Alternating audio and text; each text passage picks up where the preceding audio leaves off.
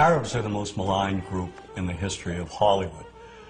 They're portrayed basically as subhumans.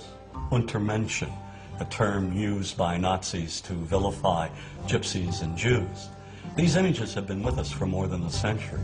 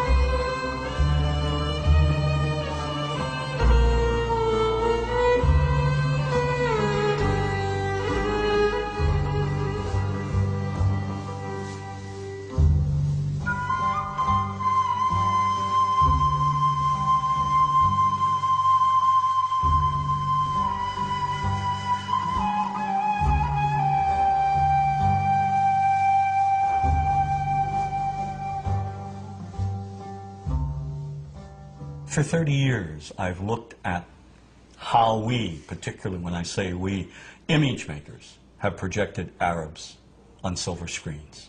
In my latest book, Real Bad Arabs, How Hollywood Vilifies a People, I looked at more than 1,000 films. Films ranging from the earliest, most obscure days of Hollywood to today's biggest blockbuster.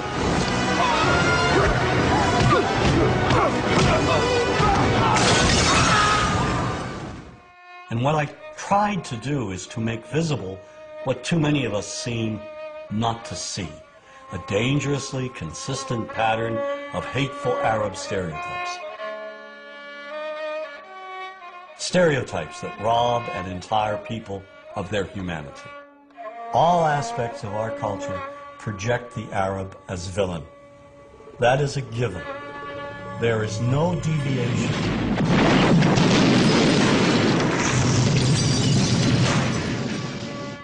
We have taken a few structured images and repeated them over and over again. You are hostages of the Holy Freedom Party. Whether one lives in Paducah, Kentucky, or Wood River, Illinois, we know basically the same thing. Listen to the sound, Jesus, of our God. We know the mythology. The mythology, namely Hollywood's images of Arabs. We inherited the Arab image primarily from Europeans.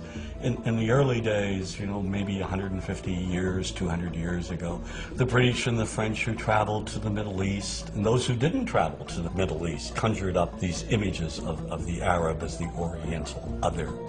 The travel writers, the artists who fabricated these images and who were very successful, as a matter of fact. And these images were transmitted and inherited by us. We took them, we embellished them, and here they are. When you cross the mountains of the moon into our country, Mr. Tyrone, you will be stepping back 2,000 years. We have this fictional setting called Arabland, a mythical theme park. And in Arabland, you have the ominous music, you have the desert. We start with the desert, always the desert as a threatening place. We add an oasis, palm trees, a palace that has a torture chamber in the basement. The pasha sits there on his, posh cushions with harem maidens surrounding him. None of the harem maidens please him, so they abduct the blonde heroine from the West who doesn't want to be seduced. When we visit Arabland, we must be aware of the instant Alibaba kit.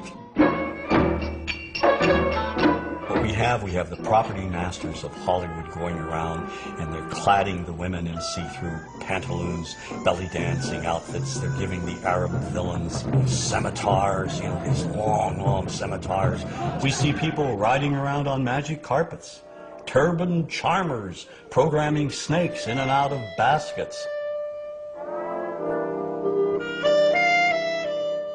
Yesteryear's Arab land is today's Arab land. You are late.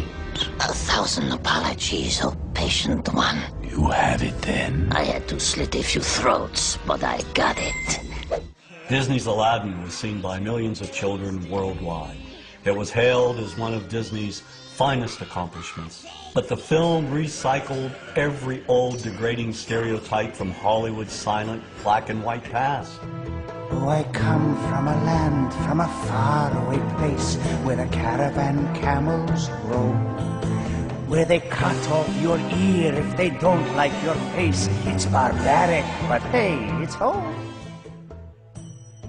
Where they cut off your ear if they don't like your face. It's barbaric, but hey, it's home. Now, how could a producer with a modicum of intelligence, just a modicum of sensitivity, let a song such as that open the film? But this moves way beyond one song. You must be hungry. Here you go. You'd better be able to pay for that. Do you know what the penalty is for stealing? No, no, please. The Arab is one-dimensional caricature, cartoon cutouts used by filmmakers as stock villains and as comic relief. And so over and over we see Arabs in movies portrayed as buffoons, their only purpose being to deliver cheap laughs. You see this in the Joey Heatherton film, The Happy Hooker Goes to Washington. Every night I was forced to perform unspeakable acts with circumcised dogs. Well, dogs are better than sheep. They're cleaner, I know, I've tried both. And over again they're portrayed as inept. So, in a movie like True Lies, not only are the Arabs dangerous, they're also incompetent. We are all prepared to die. One turn of that key, 2 million of your people will die instantly. What key? That key! Who's taken the key? One actor who excels in his portrayal of Arabs as buffoons is Jamie Farr in Cannonball Run 2. I have a weakness for blondes and women without mustaches. All the stereotypes are here. Too rich and stupid to know the value of money. Get me 12 sweets. Better yet, the entire floor. And of course he's oversexed, lecherous, uncontrollably obsessed with the American woman. Here, my desert blossom. Give the change. Have you ever considered joining a harem? And so another pattern is the lecherous Arab. In Jewel of the Nile, Sheikh Omar tricks Kathleen Turner. How? He convinces her to come with him to Arab land. Then he imprisons her. You stay here and you write what I tell you to write. We see the same sort of ominous seduction and protocol. The entire plot revolves around an Arab emir's infatuation with the blonde, blue-eyed Goldie Hawn. In the Bond film, Never Say Never Again, Kim Basinger is abused by the most sleazy-looking Arabs imaginable. She's tied to a pole, stripped to her underwear, and auctioned off to primitive-looking Bedouins. And in Sahara, Brooke Shields is also kidnapped and presented to the lecherous Arab sheikh for his own perverted pleasure. Get away from me, you dirty pig! More than 300 movies, nearly 25% of all Hollywood movies that in one way or another demean Arabs contain gratuitous slurs, or they portray Arabs as being the butt of a cheap joke. We were going on a Mecca scene, and the plane is full of Arabs with these animals. Goats, sheep, chickens. I mean, they don't go anywhere without their goddamn animals. We had to put plastic in the cabins. You know, they urinate, they defecate.